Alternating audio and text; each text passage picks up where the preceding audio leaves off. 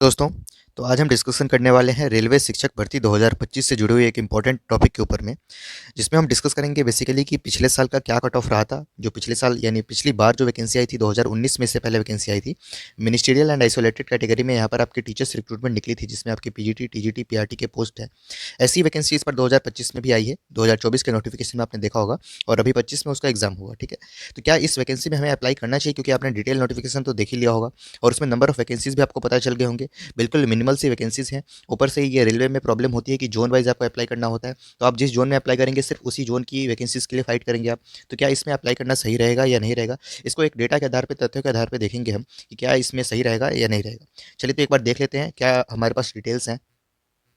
तो देखिए, इस बार आपका आरआरबी टीचर्स रिक्रूटमेंट 2025 नोटिफिकेशन आ चुका है। उसके बारे में अगर कोई क्वेरी है आपको, तो वो आप एक हमारे वीडियो देख सकते हैं चैनल पे जाकर के, डिटेल वीडियो, उसकी लिंक आपको डिस्क्रिप्शन बॉक्स में मिल जाएगी अगर कोई क्वेरी है तो।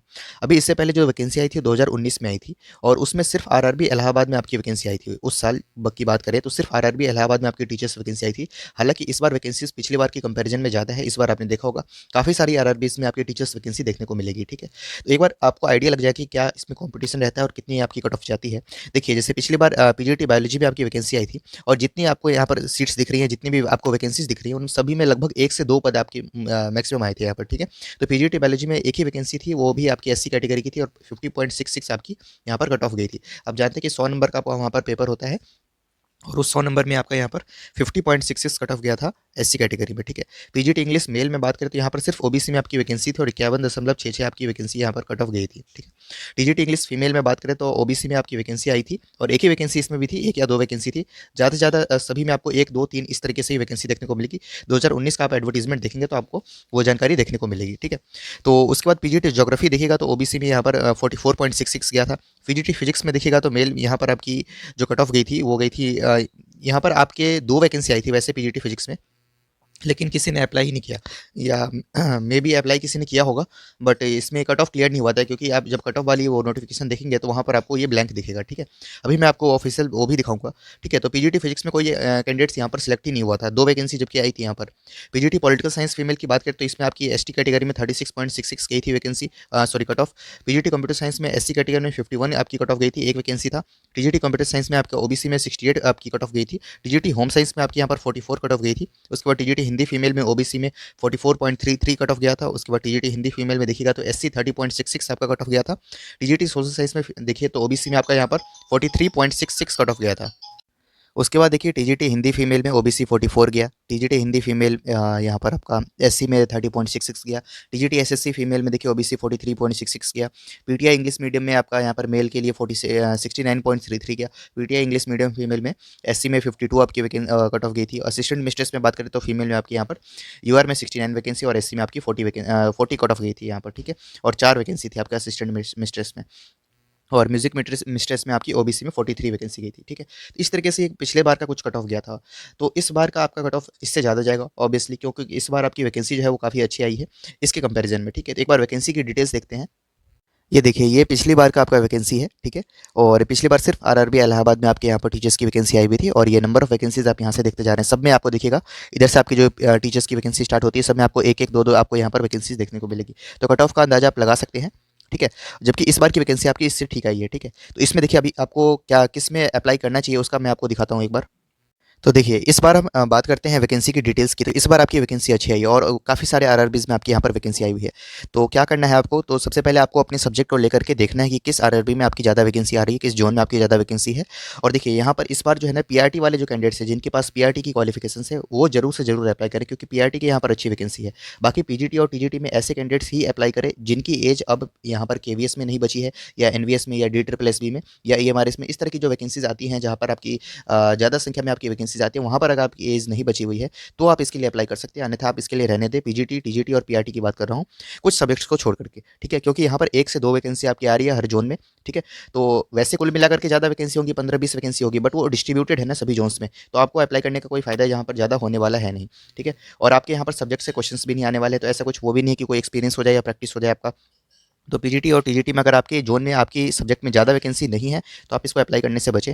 जबकि पीआरटी के लिए आपको जरूर से जरूर अप्लाई करना है, क्योंकि पीआरटी में यहाँ पर आपको अच्छी वैकेंसी देखने को मिलेगी। ठीक है, तो पीआरटी के लिए आप ट्राई कर सकते हैं। बाकी यहाँ पर देखते जाइए, एक एक करके सारी वैकेंसीज आपको यहाँ पर दिख रही होगी। जैसे देखिएगा यहाँ पर इस अभी हम आरआरबी बेंगलोर की बात करें तो इसमें देखिए टीजीटी इंग्लिश का आपका पोस्ट है पे लेवल 7 का।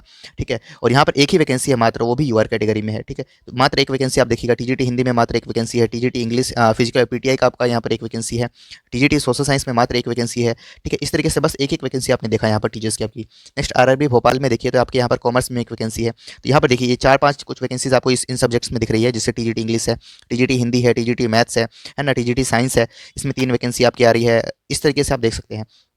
बट उसमें भी आपकी कैटेगरी वाइज यहाँ पर डिस्ट्रीब्यूटेड है सारी वैकेंसीज। तो आपकी मान लीजिए आप यूआर कैटेगरी में आते हैं तो 2 ही वैकेंसी आपके लिए मुश्किल से हो रही है। ठीक है, जैसे टीजीटी इंग्लिश की बात करें तो इसलिए मैं आपको ये कह रहा हूँ, क्योंकि इसकी फीस भी 500 रुपये, हालांकि 400 रुपीज़ 400 रुपीज़ आपकी रिफंड आ जाएगी अगर आप सीबीटी 1 में अपीयर हो जाएंगे तो। और कम एप्लीकेंट्स होंगे तो मे बी आपको सेंटर भी दूर दूर मिले इसका। ठीक है, और अभी जो आपके एग्जाम्स हैं, जैसे अभी एनटीपीसी के एग्जाम्स होने बाकी हैं रेलवे में, तो इसके एग्जाम्स भी आप बिल्कुल अभी 3-4 महीने में तो कहीं नहीं, बिल्कुल नहीं होने वाले हैं। आराम से 5 महीने आप ले लीजिए, उसके बाद ही इसके पेपर होंगे। ठीक है, क्योंकि पिछले वे जो पेपर्स हुए हैं जो 2024 में आए थे, उनके सीबीटी 2 भी अभी रेलवे को ऑर्गेनाइज करवाने हैं। देन आपका एनटीपीसी भी लाइंड अप है। ये सब वैकेंसी इनसे पहले आ चुकी है, मिनिस्ट्रियल एंड आइसोलेटेड पोस्ट से पहले आ चुकी है। तो इनकी जब तक पेपर्स क्लियर नहीं होंगे, देन आप क्लियर होंगे, देन इसका आपका आएगा। और यहाँ पर आपकी ज़्यादा भीड़ भी नहीं होगी, इसलिए इसकी अभी पेपर भी 5 से 6 महीने में होंगे।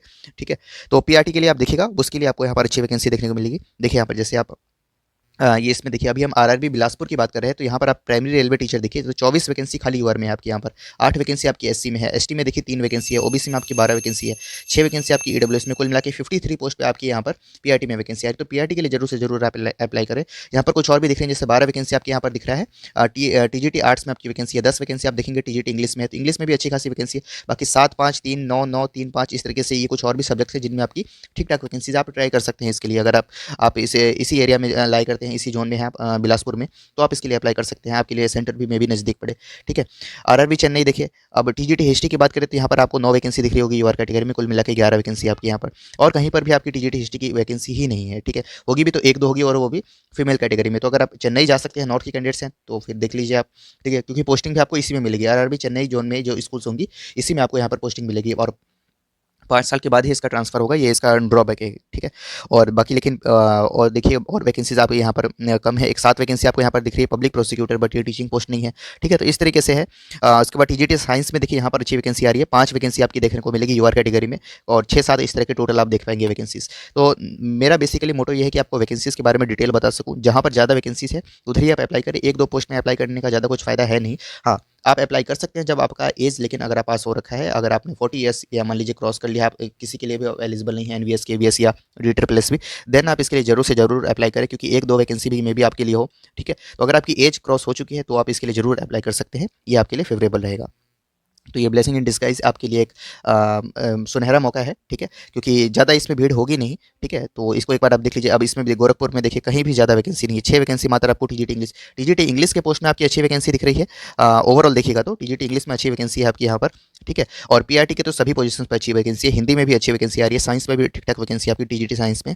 ठीक है, चलिए अब और नीचे आते हैं और बाकी में देखते हैं। आरआरबी गुवाहाटी, यहाँ भी काफ़ी सारे आपको पोस्ट दिखेंगे।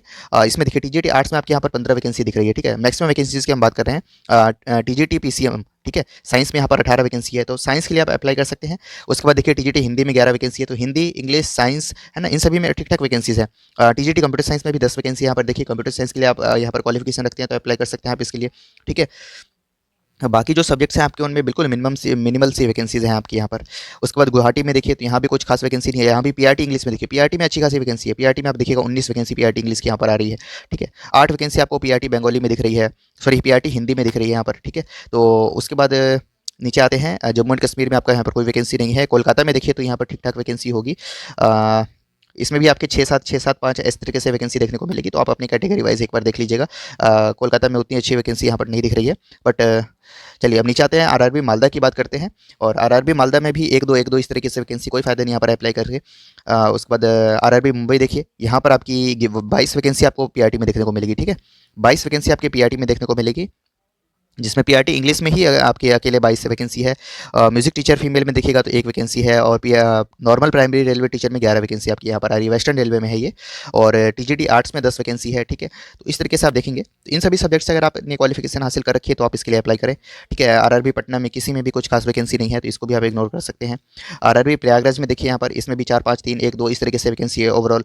प्रयागराज में देखिए यहाँ पर 17 वैकेंसी फिर से प्राइमरी टीचर देखिए यहाँ पर, ठीक है। तो पीआरटी के लिए आपके लिए अच्छा रहेगा ये वैकेंसी, ठीक है। और पीआरटी के लिए जरूर से जरूर अप्लाई करें आप, जो भी आप आपको आरआरबी सूट करे, ठीक है। आरआरबी रांची में देखिए यहाँ पर भी आपको 4 5 वैकेंसी देखने को मिलेगी। और टीजीटी में है, तो टीजीटी में अगर हम बात करें तो बेसिकली यहाँ पर इंग्लिश में ठीक वैकेंसी है, हिंदी में आपकी अच्छी वैकेंसी है, आपकी यहाँ पर साइंस में अच्छी वैकेंसी है, और कहीं कहीं पर आपकी मैथ्स में अच्छी वैकेंसी आ रही है। पीसीएम वाले और मैथ्स वाले कैंडिडेट्स, इंग्लिश हिंदी वाले कैंडिडेट्स, आर्ट्स वाले कैंडिडेट्स, वो सब इसके लिए अप्लाई जरूर करें। और पीआरटी वाले बिल्कुल से बिल्कुल इसके लिए अप्लाई करें, ठीक है। बीएड वाले कैंडिडेट्स भी पीआरटी के लिए अप्लाई कर सकते हैं, ये आप ध्यान में रखिएगा। इसकी क्वालिफिकेशन में मेंशन किया गया है कि जिन्होंने बीएड कर रखा है वो भी पीआरटी के लिए आवेदन यहाँ पर कर सकते हैं। एज लिमिट वगैरह की बात करें तो एज आपको यहाँ पर, क्योंकि और किसी भी सेंट्रल गवर्नमेंट जॉब में 40 साल से ज़्यादा आपको उम्र नहीं मिलती है। मैं मेल्स की बात कर रहा हूँ, फीमेल को आपको DSSP में 10 साल की छूट है। तो एज भी आपने देख ही लिया होगा, यहाँ पर आप एज देख लीजिएगा। आप जो भी आपके पोस्ट हैं उन सभी में आपको एज भी यहाँ पर मेंशन की हुई है, ठीक है। तो जिनकी 18 जो टीचिंग पोजीशन है उन पर 18 से 48 साल है ज़्यादातर, ठीक है। वैसे एक बार आप देख लीजिएगा खुद से, शायद पीआरटी में 18 to 43 है, एक बार आप देख लेंगे। तो उसके लिए आपका यूआर और ईडब्ल्यूएस के लिए आपका जो upper age date of birth है, लिमिटेड डेट ऑफ बर्थ की, वो यहाँ पर आपको मेंशन की हुई है। और 18 से 48 जिनका एज यहाँ पर दिया गया है, जैसे पीजीटी और टीजीटी में 18 से 48 है शायद, तो उसमें आपका 2 जनवरी 1997 में आपका 77 आपका upper limit of date of birth है, ठीक है। तो एज आप यहाँ से कैलकुलेट कर सकते हैं। एज को लेकर काफ़ी लोगों को क्वेरी आ रही थी, तो उसको एक बार आप देख लीजिएगा, ठीक है। इस तरीके से आपको ये जानकारी देनी थी। कैसी लगी आपको वीडियो बताइएगा आप, और कमेंट सेक्शन में कोई क्वेरी है तो आप पूछ सकते हैं। सिलेबस और इस सभी के रिगार्डिंग आपको डिटेल वीडियो चैनल पे मिल जाएगी। Thank you so much.